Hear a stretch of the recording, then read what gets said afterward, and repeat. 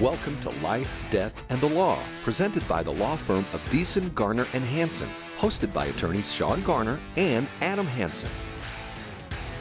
Welcome to Life, Death, and the Law. I'm Shawn Garner. We're in studio here with a special guest, Chris Thompson. I also have my partner, Adam Hansen, here. And Chris, welcome. Thanks, guys. I'm excited to be here. I'm a big fan of the show. I don't know if you guys know this, but there's a group of us once a week. We get together and have lunch and talk about the show. Huh? And That is a lot. it's all the fans. And it's great because most restaurants can seat 6 or less pretty easily. No, I do listen to the show. We play this in the office every week on the radio. Like live? And listen, yeah. Oh, okay. I was shocked to know, that you guys record it and stuff. And so that was cool. Well, now the magic is gone. Thank you. Well, you can edit that out. We'll cut that in post. Cut that in post. Martine? Yeah. Cut that in post, okay? So we worked in a kitchen for girls' camp 2 years in a row, and we talked about the show. And basically, the reason I like to do it is because it helps me keep up to date on current events. And although I like politics naturally, I will kind of wane away from it when it's depressing enough. But this show helps me take a positive vibe on politics and try to put it out there in a way that is relevant not only for the time period that we're talking about, the 24-hour news cycle, but for months and hopefully years to come, because it talks about the constitutional application of what's going on in our country and the laws that are being passed. But I don't want to start with that. I want to start with what you told me you would say if you were on the show, and that is, your top things that you hate. Oh, like that bug you. So let's start with that. Do you remember them or? Yeah, so we were talking about, remember Paul Harvey, and he'd do these little segments. Yes, that was the rest of the story or something like that. It came from the AM radio show, the AM radio station that you guys are on. And when I first came back to Yuma and was working, every day at lunch, they'd play the national anthem. And it's Kate, it's a recording, it's Kate, the name will come to me. But I remember thinking like, man, why? There's so many good versions of the national anthem. Why are you playing this terrible version? And every day going into lunch, it would launch me into this kind of bad mood. Because I'm like, this horrible version of the national anthem. And so I actually called up the radio station and I said, why are you guys playing this version? Kate Smith. Why are you guys playing this version of the national anthem?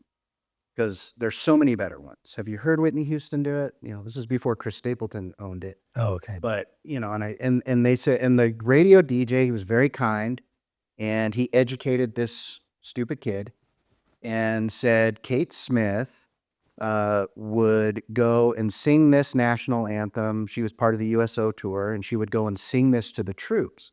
And in her day, she was just this fantastic vocal talent and recorded this version. And so that's the original recording. And so it's not super high quality. And so it sounds a little garbled and it's not great, but there's a history to it and how it's connected to our troops and everything else. And that changed how I felt about when I hear it. So now when I hear it, I think of the story, I think of our troops, I think of the history of, and how many versions of that song there are. So then when we were talking about your show, I said, there's probably a lot of things that I hate, but I probably only hate them because I don't know enough about them. I don't know the context. I don't know the history. And so it might be interesting to take some of those things that bother me, that I hate, and then dig a little bit into them and then see if I still hate them. Okay. So name one. Well, these ones I haven't dug into and I still hate them. Self-checkouts. Really? I was Self-check. Oh, no. Why? I don't work here. I don't work here. You work here. I come to the grocery store. You check me out. I'm going to, because then if there's a problem, putting it in the back. There always is. Over and now, because I wasn't trained.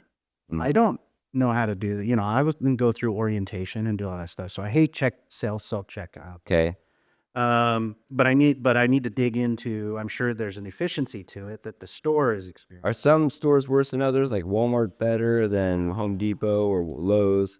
I don't know. I mean, Lowe's is pretty easy because when you go to Lowe's, you just buy 2 or 3 things, it's pretty quick. You go to the grocery store, Yeah. you might be behind somebody who's got a ton of stuff. If I have vegetables, it's either I'm just leaving them there or And then they're up. You're not searching for the code. No, look, They all look like. Bill says it's jalapenos are 48573. Yeah, I'm like, no, I have to search J A. I Exactly. got to search for it. So I don't like it. I think it's a hang on from COVID and stuff and things like that. So I'm going to do you one better.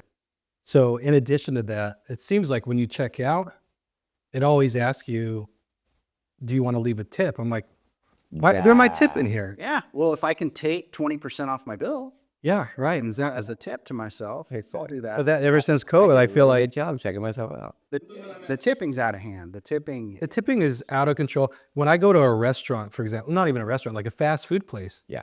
be it Chick-fil-A or whatever, the sad thing is I have to freaking stare this person in the eyes where they're like, can you make a selection on the screen And to they move know- on and pay? And like, know I'm what looking it's down, it's like asking. 10%, 20%. I'm like, I guess. Or other. Or other. Are you one of the others? Or not at all. It's like, oh. No, but now they put the tab on there that it's like, or other custom, and so you got to put like literally type in 0. I am that guy. Yeah, exactly. While they're sitting there staring at you. Yeah. Like puppy dog guys. I'm like, They invented iPad swivel for the tipping. Yeah. And that's totally an American thing. I mean, I traveled the world and tipping doesn't exist anywhere else. Really? Anywhere else. why do you think that is? I don't know why that is. Not even a little bit. Not like, hey, here's a couple extra bucks. But you tip abroad. I still do it. Yeah, I typically. They look, well, you're an American. So they'll take your money, and don't get me wrong, that's not an offense, but it's not customary. It's not customary. Some friends and I went to Vietnam, and we went to this restaurant, and it was just in this lady's house. And Vietnamese foods, I love it. And we ordered the whole menu because we don't understand what anything was. So we just pointed at the whole menu and said, "That's the whole menu." It was maybe 20 items. That was probably their first tip that you're Americans. Probably, yeah. That we're eating enormous amounts of food.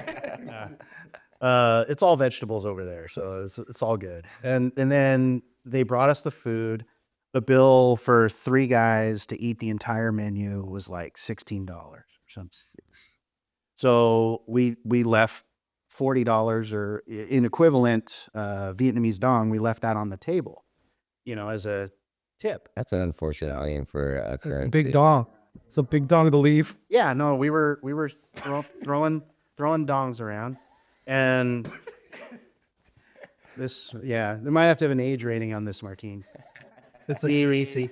It is. I'm going to invest in a lot of dong. There's a lot of dong jokes when we go to Vietnam. I've been 3 times, and they're always funny. Another tip that you're an American. Yeah. Less sneering like little kids. But yeah, we left the money on the table and left. And the lady's son was the quote unquote waiter. And he came running after us down the street, thinking that we'd made some horrible mistake. We left all this money. And we Made you want to tip him more. Yeah, well, we did. Oh. And so we said no. And now that you've run down the street, here's a little more. And it blew his mind. It was a month's probably wages for him. Wow. And so that's fun to see. And traveling opens your eyes to all those different things, how much we take for granted here. So I complain about things I hate. Yeah. But they're still great things. Yeah. Even though I hate them, they're still a blessing, and what a privilege to live here. So we need to take a break, but when we come back, I want to talk about things that helped you develop as a person and acquire the level of success that you have in the United States. And at what point in your life did you really recognize that thing was there as something that helped develop you rather than just a trial that showed that God didn't care about you? So we're going to take a break. This is Life, Death, and the Law. Coming up, more thought-provoking conversations on life, death, and the law right after this.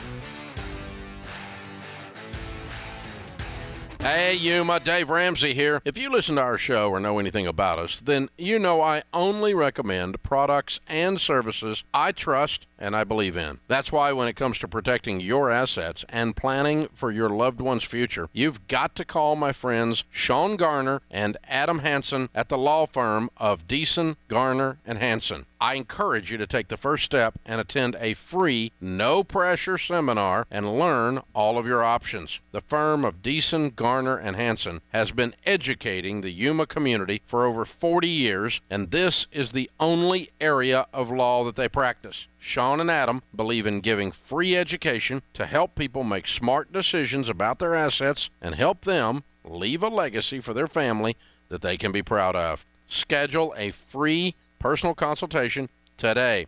Call 783-4575 or visit yumaestateplanning.com. You're listening to Life, Death, and the Law, presented by Deason, Garner, and Hansen, the law firm that has been voted Yuma's best 6 years in a row. Welcome back to Life, Death, and the Law. I'm Shawn Garner in studio here with Adam Hansen. We are estate planning attorneys. We help people put together their affairs. We help them gather their assets and identify them, put them together in a binder, know where each of their accounts are, so we can organize them in a way that when they pass away, their children aren't going through probate. It goes directly to the individuals they want to have their inheritance, and also do it without any court intervention. What do we know about world affairs and making you happier and politics? Not much, but we talk about them nonetheless. So here we are with Chris Thompson, and we're talking. Chris, you're here. You're a longtime friend of mine. You're actually somewhat related. My sister-in-law is married to your brother. So small community. You're an architect here in town. A successful architect. So I think I'm okay at it. Some are not successful, but you are. No, that's true. There's a few of us here. the full name of the firm is? Thompson Design Architects. Okay, Thompson Design Architects is on 16th Street. Yep. And what's the crossroad right there? We're just a couple blocks west of 4th Avenue. It's that wood shingle triangle-shaped building. Yeah. So the previous owner built that by himself with a few friends back in, I think, 82. So it looks like an 80s building. Yeah. Vintage. So, yeah, you do a lot of the schools. We do a lot. We basically do everything but residential. So we do commercial projects, school work, institutional work, municipal work for the cities and the county. So we do a little bit of everything. In Yuma, you got to do a little bit of everything. So on a given day, we might work on a restroom remodel at a school all the way to a multi-million-dollar medical facility. And you'll build a school from the ground up, or you'll We design. design schools from the ground up. We drive around town, and I have fond memories of designing these schools that my kids went to, or that my friends' kids go to, and things like that. Did you think as a kid, I'm going to create a permanent infrastructure in the community that I live in? Did you imagine that? That surprised you. Not to that level, but I've always wanted to be an architect. Really? And yeah, so it was Mike Brady from the Brady Bunch.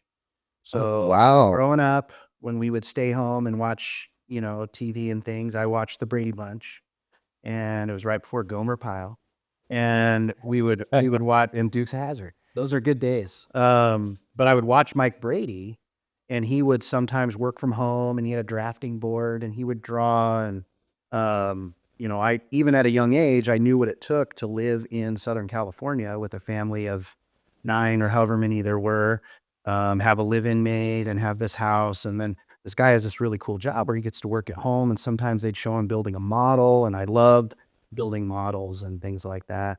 So I was like, man, he'd go and make a presentation to, he'd have some big corporate guy coming in, and that was This was all on the show. yeah. There was a lot of scenes where he was stressed about a presentation coming up, where he's presenting to a client. So he was working down in the den, at the Brady Bunch house. I had no idea that happened. Yeah. So he was an architect, and so that kind of planted the seed of, that's something I think I'd like to do. He gets to draw, which I love to draw, and he gets to build models. I loved building models, airplanes, cars, those kinds of things.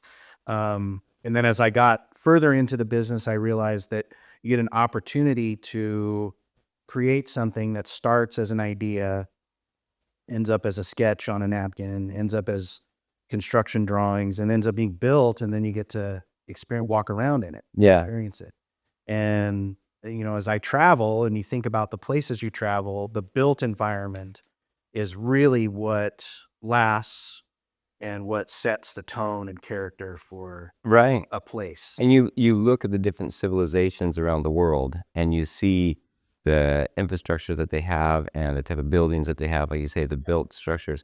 And that's how we kind of categorize how advanced they were as a civilization is, are their buildings still around and what type of architecture did they have? It's a demonstration of what that civilization took pride in, what was important to them.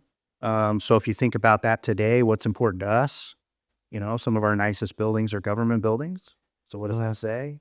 Some of our nicest buildings are maybe tech oriented. Or Does it seem like we don't build as nice and ornate as we used to? It doesn't seem like there's anything that even comes close to the cathedrals that were built in Europe. It shifted. Labor is, know-how, handiwork, craftsmanship, pride. Is something that is rare now with budgets being what they are. With back when they were building cathedrals, that supported the town.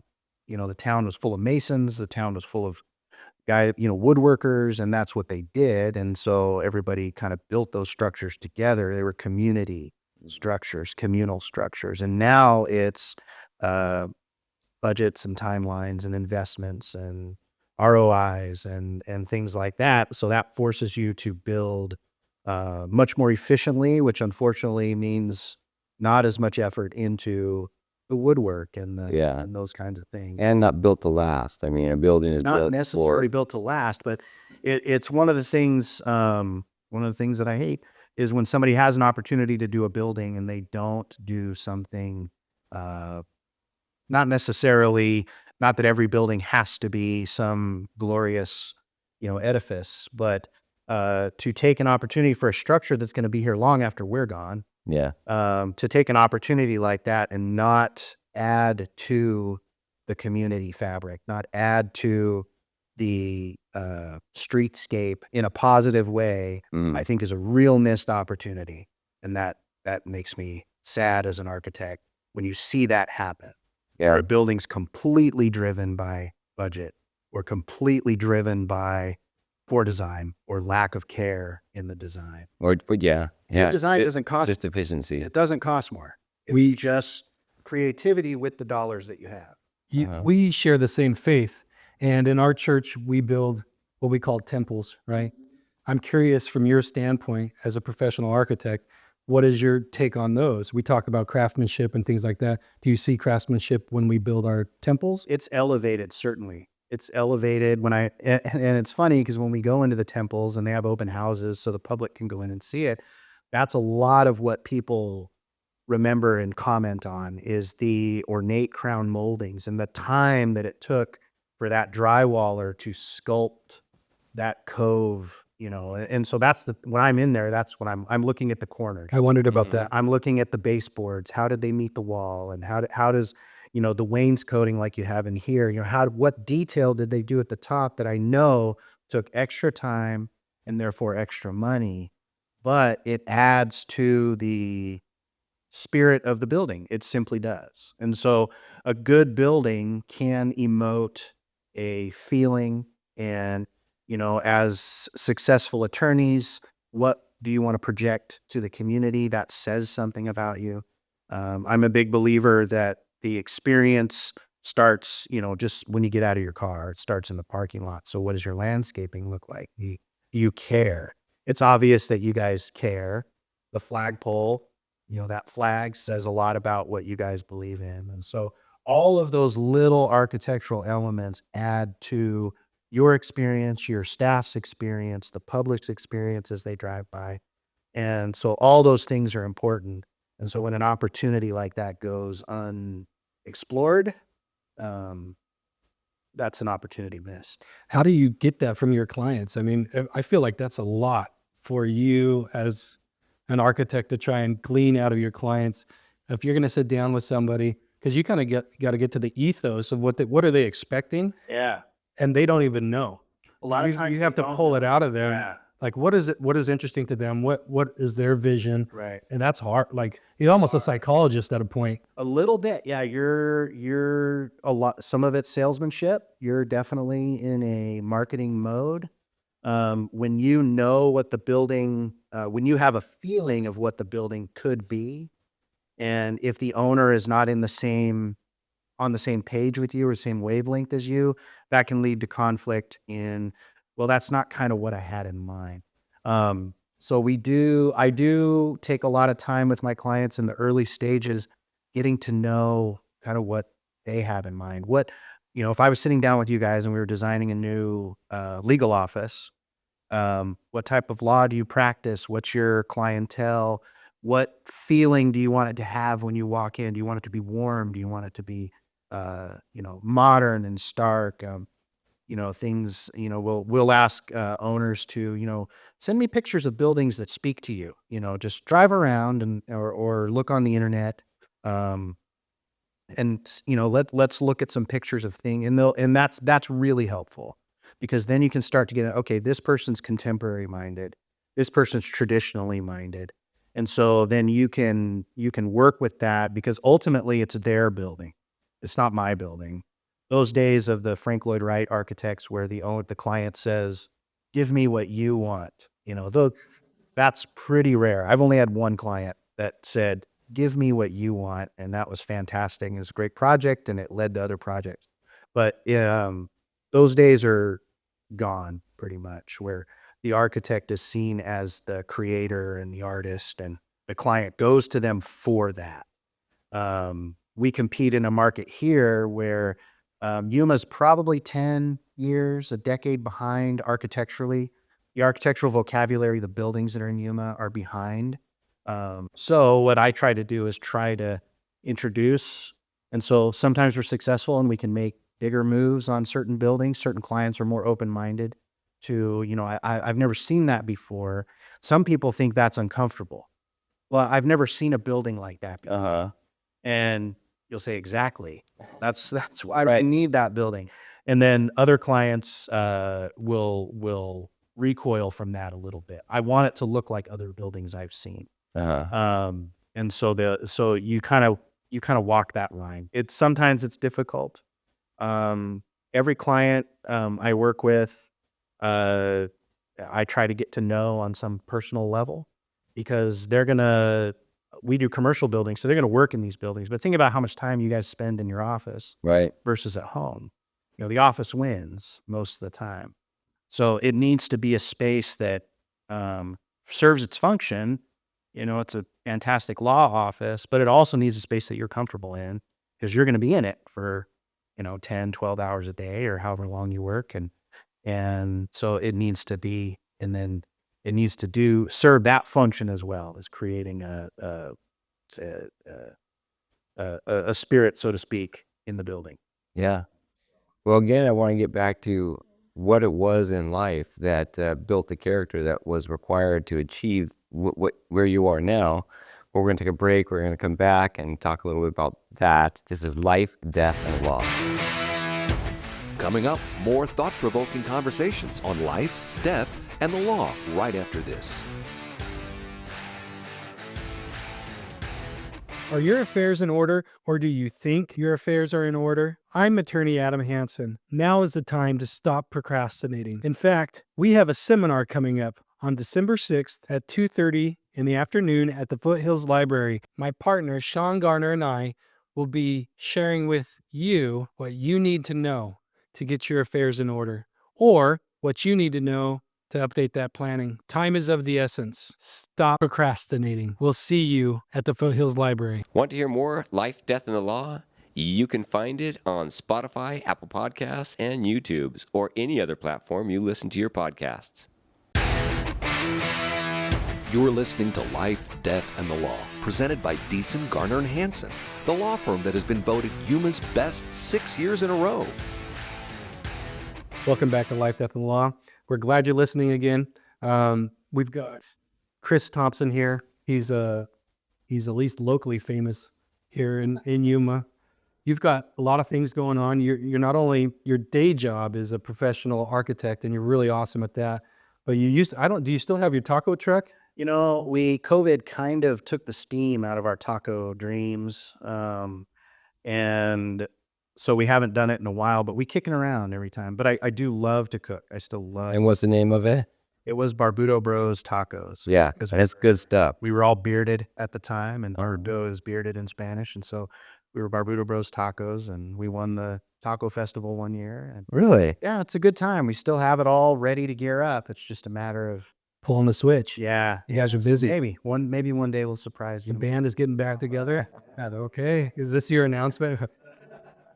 So that's another thing. You're super musically inclined, I believe. I love to sing and play the guitar. I think you're a much better guitar player than I am.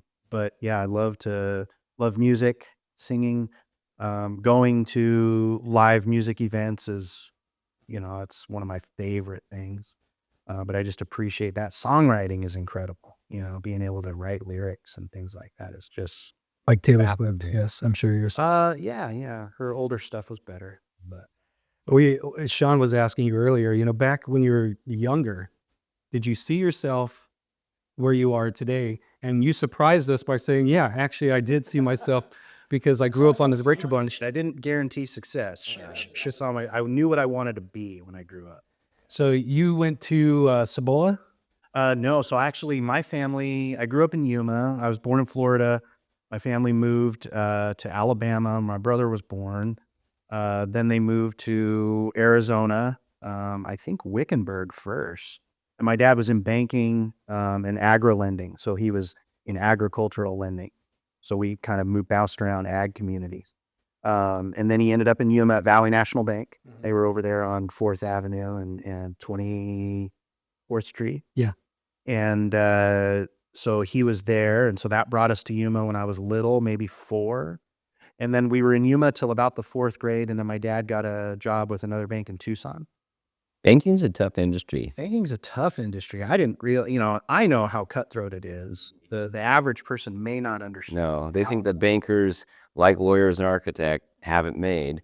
But in any of those fields, you've really, once you get the degree or once you get the position, that's when the real work begins. Yeah. But sorry, I don't want to sidetrack. Well, anything that's related to relationships, banking's very much related to relationships. Architecture is very much related to relationships. Yeah. You don't, most people don't find us through a website or Yeah. just a Google search. They hear of us or they know of us or somebody tells them of us, and then, or you get to know them, those kinds of things. And banking's very much that way. And so if you're good at that, you'll be successful. If you're not a good But there's a lot of politics within the bank itself. politics involved. I mean, there's a board and investors that need to, see profits, and it's a very high stress. I saw my dad go through some really stressful times as a banker.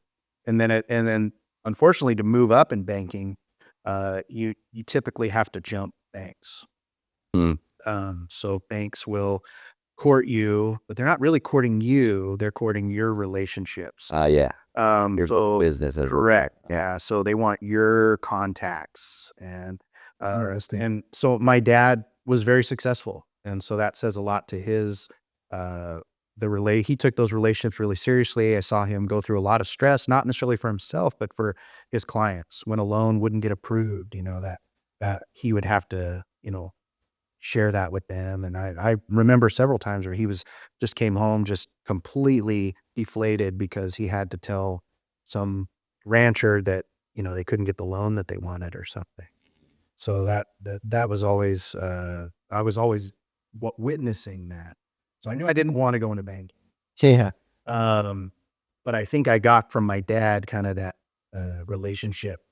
The strength of the relationship will determine your success. Now, give me a brief thumbnail sketch of your family. How many siblings do you have? I've got 3 younger brothers. 3 of us are here in Yuma. One brother lives in Gilbert. I've got a brother with YPD. I've got a brother who's a dentist. And then my other brother is in real estate. And both my parents live here.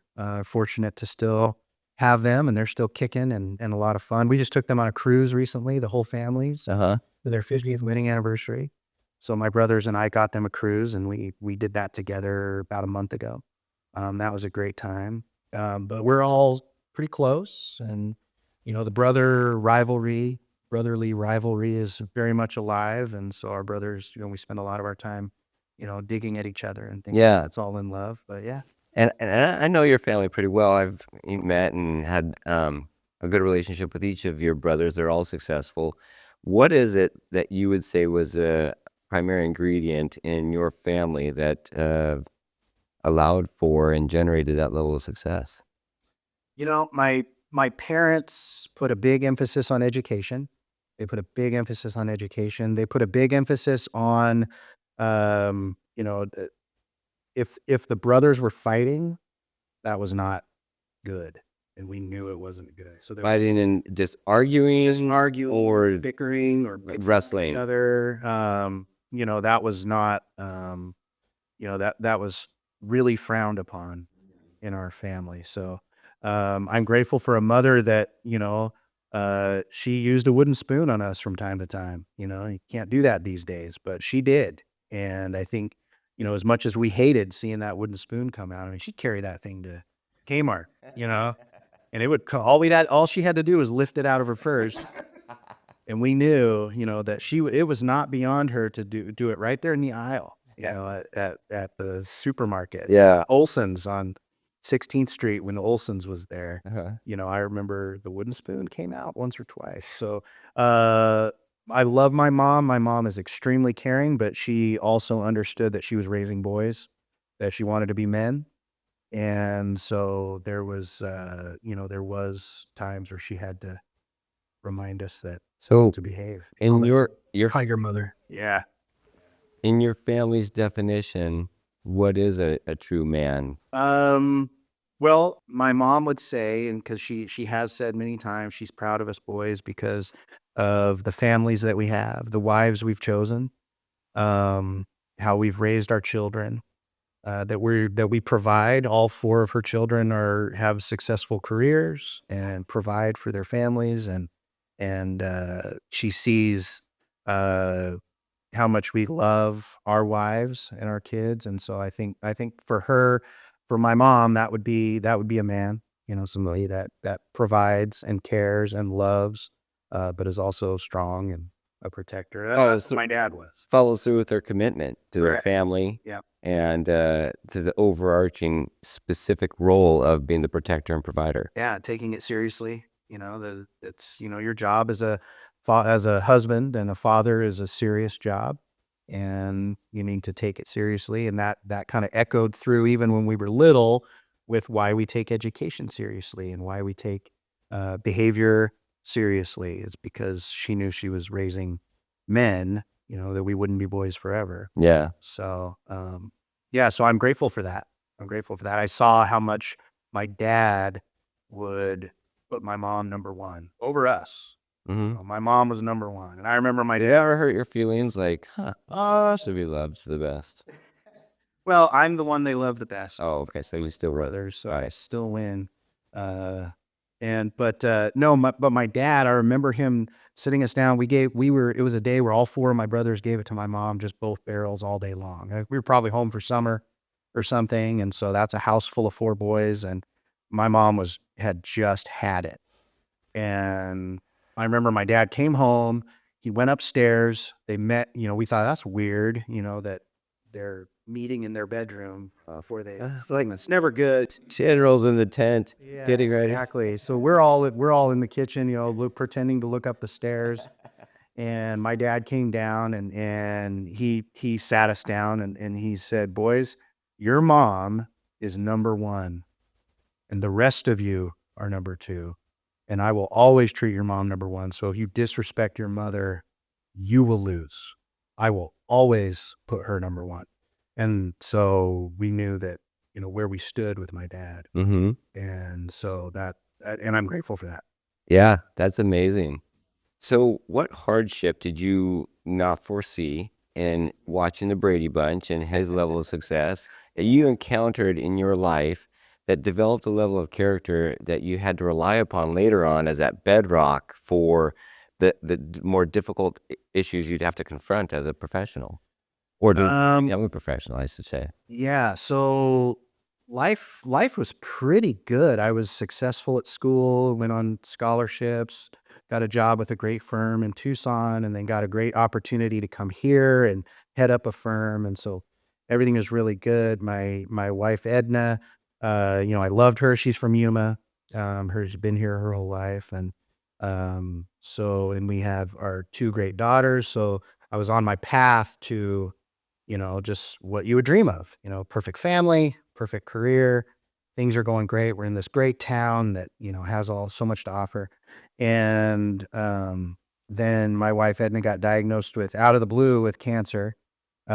Stage 4 is when we found out about it. So she just kind of went in for some fever and some uncomfortable stomach stuff. And we walked out of that doctor's appointment with, basically, this is it. Wow. Yeah, so that was something that, when you talk about being able to hear the world kind of crack, that was that moment for me where no, it's not perfect. It's not going to go perfect.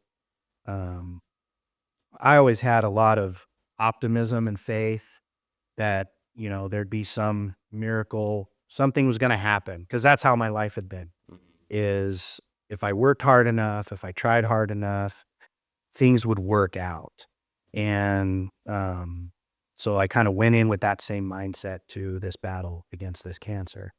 Edna knew right away that it wasn't going to go her way, but she played the trooper for me and our daughters and did the treatments and everything just to try to be as healthy as long as she could. And that was her ask to the doctors. I want to be a mom and a wife as long as I can and before I go. So just keep me active, keep me healthy, knowing that, she knew she was going to lose. It's to see her get in that ring, knowing you're going to lose the fight, but still get in the ring and fight was something I'll never forget, that I'm impressed by her. And but it was no doubt it was hard. It was a hard pill to swallow. It was difficult to accept. I still don't understand it, nor do I accept it. And when I get up there, the big guy and I are going to have a discussion. Yeah. I need some explaining. But we had, our daughters were 8 and 10 at the time.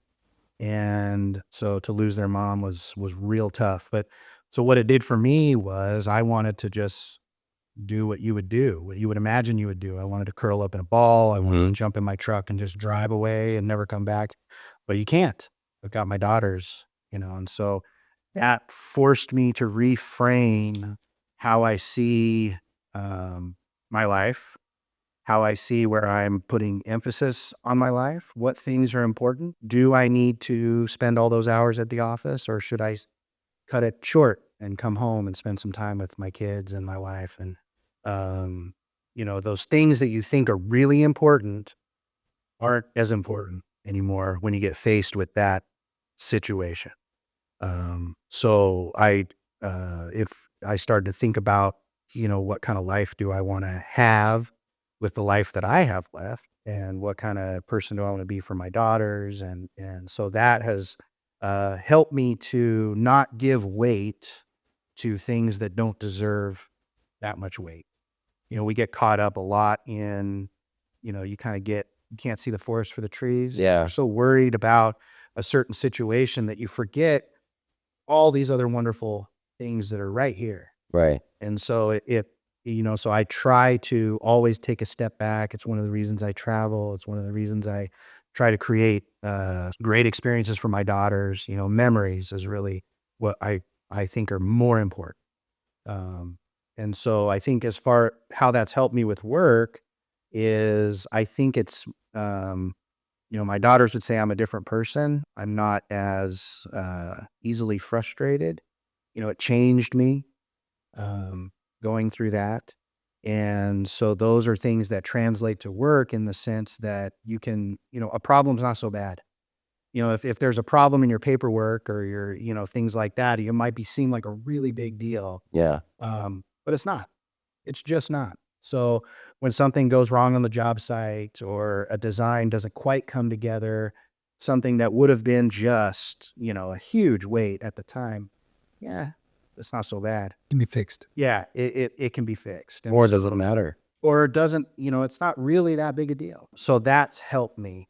And then before Edna passed away, she asked me to not take too long to get remarried because Interesting. it's because our daughters were young and they're just entering their teen years. They're gonna need some help, Yeah. and I have to work, so, and I'm the dad, I don't know everything that I can't provide everything that teenage girls need. So she asked me to not take too long. So when I felt like I was ready, I got back out there and found Rachel, and she's incredible. So she's exactly what I needed and what my girls needed. And, Rachel and I talk about that. She lost her husband from cancer, coming up on, I think, 20 years now. And so I gained a son and a daughter through that, that I feel like are my responsibility to take care of for him. And, I take that seriously. And, Rachel's caring and kind to my girls, and they'll call her when they have, it's funny. They'll only call me with kind of positive stuff. I don't think they want to burden dad with, I think they feel sorry for me. So they don't want to burden me when they have problems, but they'll call her. And so I love it when I don't even know that there was an issue, and Rachel will say, the girls called and they had this and this, and I, talked them through it and everything. And so I'm grateful for the women in my life that have my mother, Edna and Rachel, and kind of the mothers that they are and have been. So, but it gives you perspective, and I think that translates into the work. So you can do better work when you have a So you think correct that perspective. you are like another level of mature as a result of that going? Oh, absolutely. Absolutely. There's a level of maturity. There's a little bit of a saltiness when you get a wedding invite from somebody's kids, in the mail. I always there's a little bit of me that's kind of like, enjoy it, because it may not go how you think it's going to go, not to dampen or their excitement, and, because you don't think about these things when you're in the throes of early life. So if you had to name the most important decisions that you made that you didn't realize they were that important at the time, what would those be? Well, I knew both the women that I've been married to, I knew that they were the right choice for me. I knew that was an important decision. The decision that I didn't know would be important, I knew that coming to Yuma was an excellent opportunity, but I didn't know what would be here to help me through that time.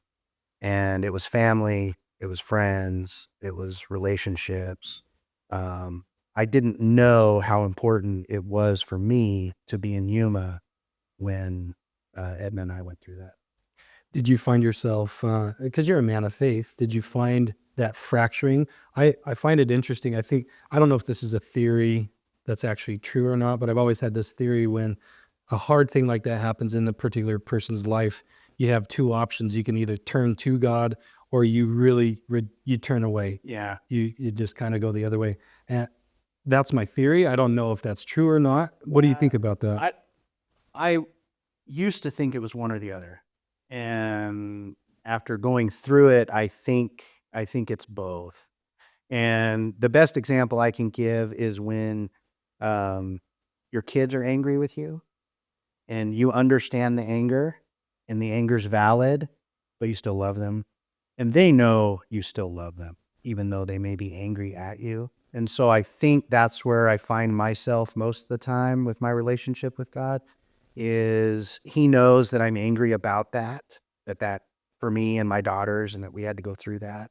For Edna, all the opportunities she's missed. So, but he knows that I love him. He knows that I know that he supports me. And still loves me and loves my daughters, is looking out for us. I have no doubt he brought Rachel into my life.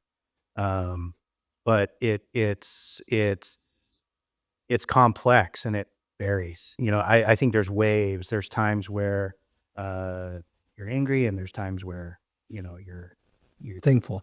thankful. In all of it, I'm turning to God, but sometimes I'm turning to Him That was my question. in anger. Did you find yourself maybe going all in, like a little bit more in, or it sounds like it vacillates depending It on vacillates on for your sure. attitude and your mood and life?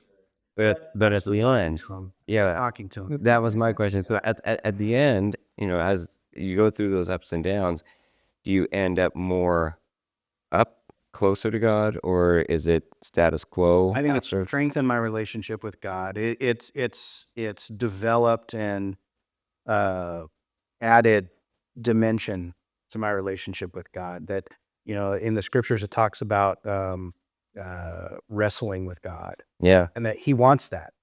He wants us to go to Him with things we don't understand. Go to Him with things that don't make sense. And it's what I want for my kids when they're going through trials. I want them to come to me. yeah.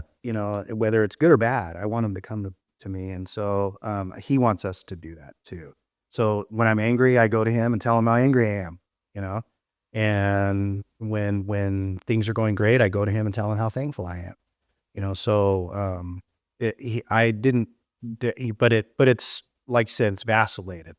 There's times where I feel like He's my best friend, and there's times where I feel like this guy doesn't even know me. Yeah. So Well, we have to take a break. And for the radio show, this will probably be the last segment. But for the podcast, you can jump on and listen to the rest of it. This is Life, Death, and the Law, and we'll be back in just a moment.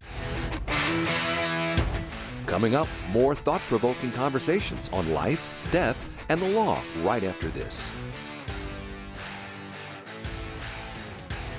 Are your affairs in order, or do you think your affairs are in order? I'm attorney Adam Hansen. Now is the time to stop procrastinating. In fact, we have a seminar coming up on December 6th at 2:30 in the afternoon at the Foothills Library. My partner, Shawn, Garner, and I will be sharing with you what you need to know to get your affairs in order, or what you need to know to update that planning. Time is of the essence. Stop procrastinating. We'll see you at the Foothills Library. You're listening to Life, Death, and the Law, presented by Deason, Garner, and Hansen, the law firm that has been voted Yuma's best 6 years in a row. Welcome back to Life, Death, and Law. I'm attorney Adam Hansen. We've got Shawn, my wonderful partner, Thank you. and then we've got Chris Thompson with us today, our special guest. He's a professional architect. I don't know why I keep saying that. I keep saying professional architect as if there's not an unprofessional architect. well, I've been accused of being unprofessional. Well, maybe. Okay. But you do have to have a degree. You do have to go through a particular test, just like a dentist or a lawyer has to do to become an architect. So it's in the name architect, you are a professional. True. You just don't get to use Esquire or doctor. No. Some Even people have do that? architect after. No, not really. A little bit. Maybe a little bit. Yeah. A little bit. I wish I had a MD or something. Well, I keep telling my kids because their uncle lives right next to them, and he's a dentist, which is not a real doctor, but You're still going to want to call somebody if there's a problem. but they say, well, he's a doctor, he should be looking at my cut or my scrape or whatever. And I'm like, well, I'm a doctor too. I'm a doctor of the law. Yeah, I see Yeah. that all the time. So, but But you make fun of that, like, oh, they're not a real doctor. But you tell me probably every week you come in with a story that they sewed up one of your kids. oh yeah, So it's like, okay, they can do it. So could I do. The Garners have a fair share of injury. It happens over there. I tell you what, Have my own suture kit. I could do it too. I've got stories every week that would probably land me in CPS jail if they got out. So the question I wanted to ask you, Chris, is what advice would you give to individuals that are looking to begin their career, whether they're in high school or going through college, to the Gen X, Gen Z, I guess Gen Z and Gen Y? Is that where we are? Our now? team, what are we at? After Z is Alpha, Gen A. The Gen Z alphas. Wow, we made it all the way around. I know. I was telling them the other day it should be like Excel. So we've hit Z. Now we're AA, and then you go BB. Uh-huh. Yeah. It'll really take off. These kids that are going through this, we see that a lot. They get a lot of hate because they haven't learned to appreciate the hard work that it takes to obtain the level of success that their parents have. And because of that, they feel entitled to the nicest car. Not for me, it was a car. If I had a car that would start, I'd pray every morning that car would start. And if it would start, then my day was going to be all right. And for the kids out there today, including my kids, it's not starting. What? I want the nicer car. And so what advice would you give to them to help them understand that the struggle is not just to punish you? It's actually there to build the foundation that you need. Well, I don't know what it is that stood out for you that helped you get to where you are. Well, I've got 4 kids in college right now. Okay. So anyone's listening, I'm available to do work because I've got to pay for 4 kids in college. Nice. But I'll give you the same advice. I'll share the same advice that I give them, which is gratitude above all. You have to be grateful. You have to approach everything from a perspective of gratitude. Grateful for what you have. It's what I learned through, school is hard. Architecture school is not easy. Building your career is not easy. What does it take? What's the mindset that you had to take to just not give up? What did it take for you to not give up? Again, it's just being appreciative of everything that it took to get to that moment. So Okay. everything that it took to get up to that wall of struggle, you need to be appreciative for, be grateful for, and then know that you'll get over it. It'll be tough, but you'll get over it. And I think if you can approach those situations with gratitude and look back and say, what did I learn from this, and this that can help me now that I'm up against this obstacle or this hurdle or this test or, whatever it is. I think if you can approach it with that mindset, it helps you formulate a plan. It helps you think about the issue, explore the options, and then get over that obstacle and add it to your list of things that you achieved. Uh-huh. What do you think that is the misinformation out there that people are grasping onto that is preventing them from understanding that hard work is really a necessity and not just something that may or may not be required? Well, it's easy. It's this mindset that it's just supposed to happen. That if I go to school, I will leave school with this career and it will pay me this much and I will be able to do those things. And Were you shocked when you came out of school that you still had to work to yes, make money, that it wasn't just printing your golden ticket on that diploma no, and you got to take that to the no. I mean, it's not like an attorney. Just Exactly. paying your shingle and money's comes in. Yeah. Architecture is an older man's game. It's all experience. That's what makes a good architect is experience. And so you don't have that right away. So it was kind of an awakening when I worked so hard to get my license, and then you still don't know anything. You're still not making money. You're still not important yet. Did you believe that though, that when you got your license that Oh yeah, it was that now you can buy life Mercedes or you could buy yeah, oh yeah, immediately people would roll out the red carpet for you. Uh-huh. You were somebody. And the truth is you're not. And so again, that's why I say I think if you approach it with gratitude, being grateful for what you have, you won't look so much at the things you don't have. And you can focus on the now. You can focus on this challenge instead of, man, if I can just get over this, then I'm going to get there. And there isn't guaranteed. So all that's guaranteed is this situation right here, right now. And so you have to approach it that way. So, talking to my son about his struggles, he's in nuclear engineering. So that's At what phase tough stuff. He's He's almost done. I think he's got a year left of undergrad or graduate school? of undergrad, but it's kicking his butt. It's tough. Mhm. It's a lot of math. It's physics. It's nuclear science. Mhm. And it beats him to death. And so we constantly talk to him and remind him to to be grateful for how far he's come, because he sees people passing him up maybe, or getting done sooner than him, or understanding things quicker than him. And I was not the best in my class. I was good, but I wasn't best. There's people that formulated a design much better than mine, and I could see it. And so then you question your own abilities. And so I think being grateful helps you stay humble, that it's not easy, and it's not supposed to be. It's not supposed to be easy. And so those are things that we're constantly talking with to him, and then our daughters, when they're struggling in school, or struggling with relationships or friend relationships or anything like that. It's not forgetting all the great things that you have done, that you have accomplished. Hey, look at where you're at now versus where you were 6 months ago. Look at that, and take courage in that, gain perspective from that. Where were you a year ago? So when you're in the depths of, how come I'm not there yet? How come I don't have the car? How come I don't have the house? Or, those kinds of things. Well, look at where you were a year ago. Look how far you've come. It's a journey. And so I think if you have that mindset, you don't get overwhelmed. And then you can tackle the problem, because you're not worried about the problem that's 4 steps ahead. You're worried about this one. Yeah. So it's difficult. Easier said than done, of course, but My wife and I, to help us remember that, because that's the advice that we live by, because we've been through it and constantly waited for the next obstacle to be overcome before we can allow ourselves to be happy. And so once we've achieved some level of success, we're able to buy cars that we wanted and a nicer house.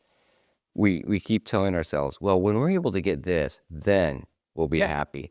And so whenever some big project comes up, or some big vacation is coming, or whatever it is, we talk about it with our kids, and we joke about it with them. As soon as we're able to do that and be there, then we can be happy. Until then, we just have to endure and struggle. right. And our kids know that. That's sarcastic. It's like, it's not actually going to make you happy.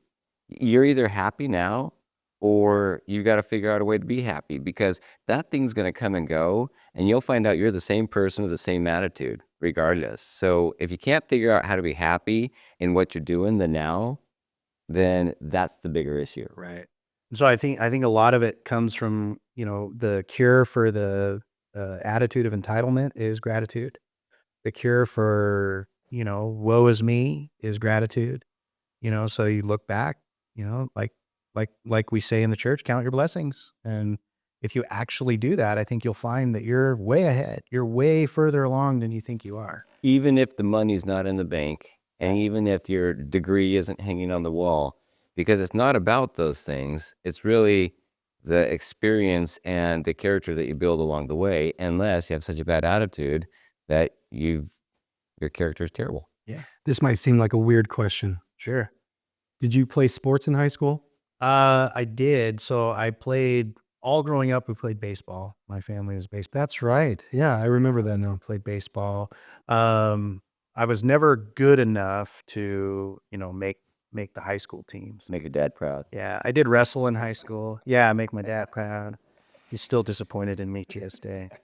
And so then just played baseball, and then as you get older, that transitions to softball, and then now that's transitioned to pickleball. Why does that transition to softball? Slower, I guess. I don't know. You let The lob. Yeah, you get more time to think and calculate and avoid injury. Okay.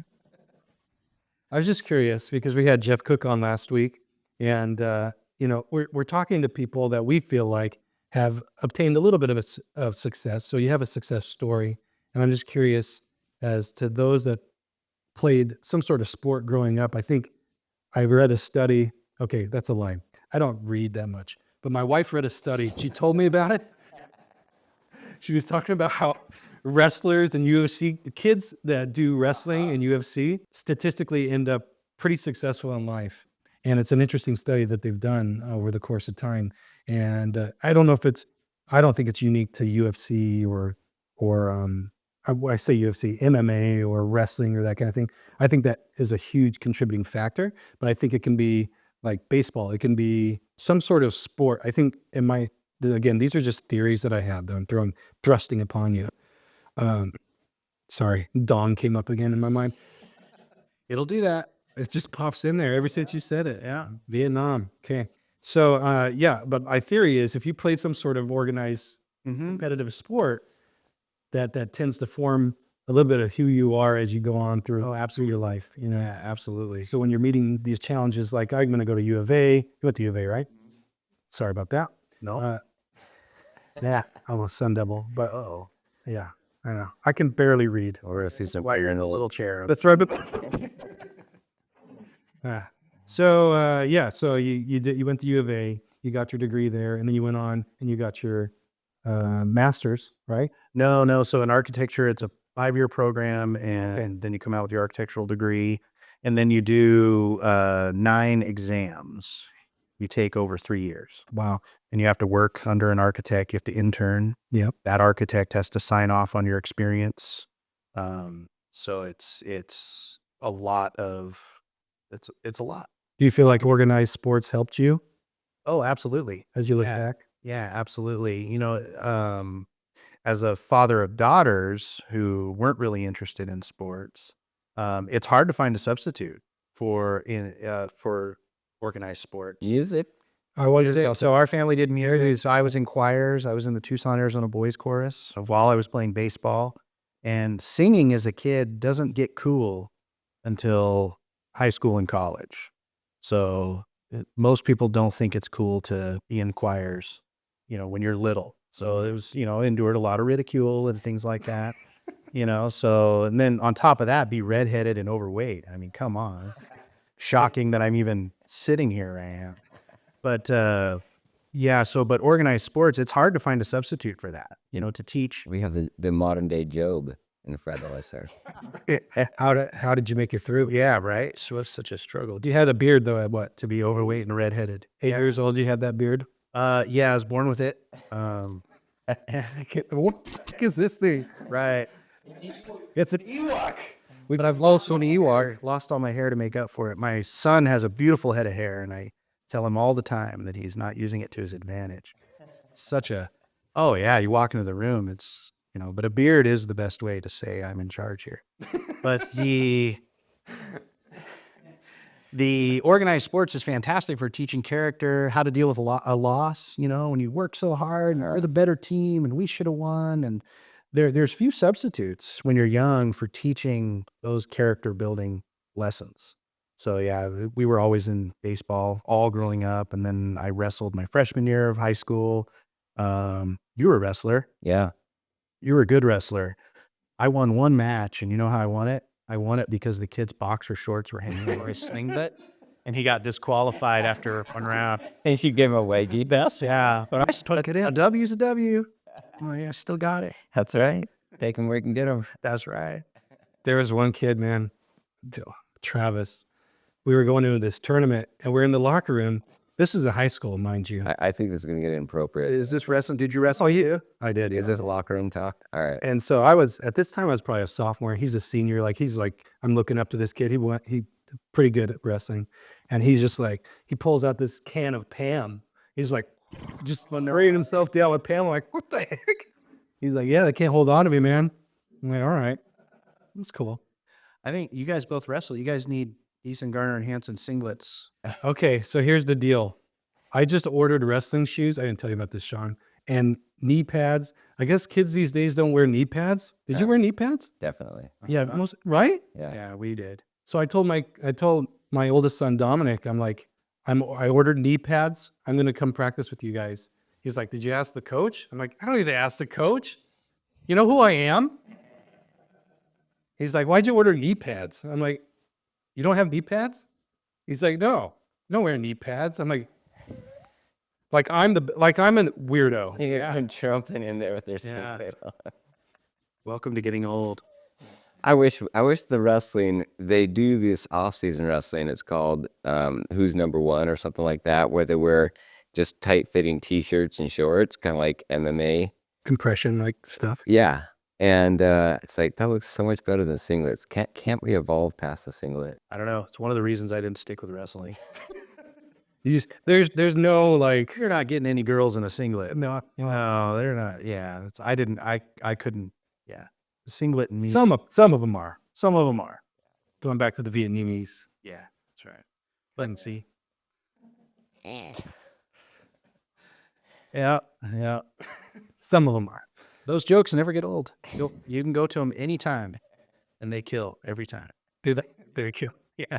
Well, I invited you, Jeff. We like to have you on the show because you are pillars of the community. You do leave a significant legacy for the community, and I like to see and hear your stories and have the audience hear your stories. That it wasn't always easy because No. when I was coming into my career and going through school, I knew of you. You probably didn't know of me, but I knew of you because I knew your younger brother. I was good friends with Chase as I was going through, started at AWC.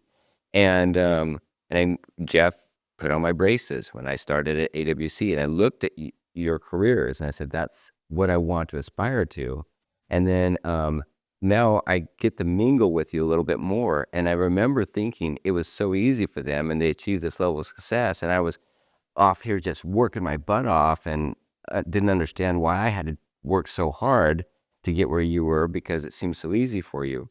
And now that I'm here, I want to explain to our audience, that's what it actually takes. That I don't think that's what the Gen Zers get, is it actually takes hard work. It's really easy to look at the people that you admire and you think have achieved success and think, well, I wish I could just have that, then I'd be happy. Well, go through what they went through and you can, but that's the gratitude. That's where the gratitude comes in. Absolutely. And there's no substitute for hard work. And fortunately, God gave us the raw earth with the opportunity to build the landscapes and to build the buildings and to paint the paintings, and didn't do it for us because it's in doing that the real joy and level of satisfaction comes and we become who we are. Yeah. We have time for one quick story. Always. So basically, I just wanted to say, I think, because I'm part of that generation, the Gen Z. I think the reason why my generation is so adamant on like not seeing how hard everything is because now our generation doesn't have like our typical celebrities. We don't have the Jennifer Lopez. We don't have these actresses, right? It's all social media people who just posted content of them doing, whatever they do in the day or going to work or whatever short form content it is. These people have now amassed like the millions of dollars. They're having all these empires. They're building these companies. It's just, they didn't have to go to school to do all of that stuff. It's just, they posted online and people found comfort in that. And then through that, they got all of their money and they amassed everything that they had. I think that's why my generation just doesn't see the hard work into it. I suppose, and even though they have done that, as somebody that puts together content and edits it, it's a lot of work. And so you only see the end product and you feel like, oh, they just did it naturally. And it just kind of like, they just sat down at the computer and at the end of an hour, they had this wonderful show. But there's 10 hours for every good hour that comes out of it. And that's kind of the message that I want to put out there, that it's a lot harder than it looks, and enjoy the 10 hours. The 1 hour may be good, maybe bad, but the 10 hours and the character that it builds and the level of education and skills that you acquire along the way. And education is much more than going to school and getting a grade. It's what you are learning as you actually are working. That is the true value of the end product. Chris, did you get to what you were going to ask? It goes along with this. Or what you're going to talk about? Well, just there's so much work that goes in that nobody sees. I have an incredible staff. You, I'm sure, have an incredible staff that benefits you, and then you benefit them, and it takes a lot of work. Those YouTubers and people that are creating content, they're not doing it alone. Guarantee you, there's people there with them, and so just real quick, one of my favorite stories in the Bible is the story of the 4 guys that carry their sick friend on the bed. Yeah. To go, because they just know that if they can get to Jesus, that he'll heal their friend. And what I find so fascinating about that story is not even really about Jesus. It's about those 4 guys. And they get to this crowded house and there's a throng of people and you can't even get in the door, and it's full of the the biggest people in the town, the Pharisees, and the probably what would be politicians and important people that I think are important. And these guys just know if they can get their friend to Jesus, he's going to heal him. And so they climb up on the roof of the house, and I imagine the roof is probably made of thatch or mud or wood or something, and then they actually bust a hole through the roof, and I picture Jesus and everybody in the room just getting showered with dirt and sticks and rocks and all the what is going on, and these guys lower their friend down, and Jesus basically says, pick up your bed and walk, and heals him. And I think about that story and what it's meant in my life is what it takes to get us to that result that they wanted. And sometimes you're in the bed, and sometimes you're carrying the bed, but it's always it's always takes others to make that happen. Yeah. And so I love that story because it talks about the commitment that other people have had in my success. I'm successful. It's not something I did on my own. You're successful. It's not something you guys have done on your own. It took, your wives and teachers and parents and everybody else carrying you to that success. You did your part when it was your turn to, carry your corner of the bed, but it took all those people to get there. So so in my practice, it's very open. It's a studio setting. Everybody collaborates. Everybody shares ideas. What if we did this? What if we did that? Yeah, and one thought that occurred to me as you're saying that is, I never really thought about it, but they must have just totally disregarded what other people were going to Exactly. say of them, Right. right? They And could quit at any time they tried, right? They could have quit. Like, we can't get in. or just looked at it as like, holy smokes, like we are going to be breaking down this house, and we're going to be going in here where all these important people are, and this is going to be incredibly embarrassing.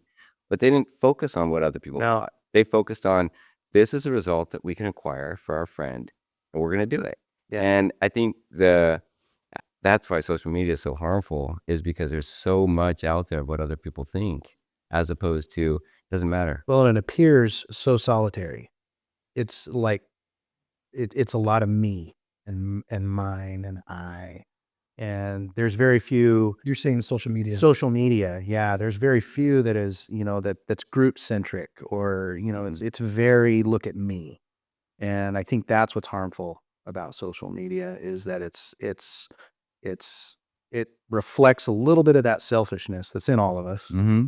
But it gives us a platform to display that selfishness and almost get praise. And yeah, Or going back to that's the men, if they would have allowed the perception of other people to overrule their faith, then we wouldn't have that story. Right. But they didn't. And so disregard what other people think. You do what you got to do. Yeah. And things will come. The obstacles, they knew that if they got there, it would happen, and you just got to get there. Yeah. So, so I don't, it's a journey. I don't think, I don't think of myself. It's funny that you say that, because I don't think of myself as overly successful. I do a good job, and I provide for my family, and there's clients, and people keep coming in the door and asking me to design stuff. So things are going well. But there's still more to do. Right. So, still got to keep going. So, Well, no, it's enjoyable. I feel a song coming on.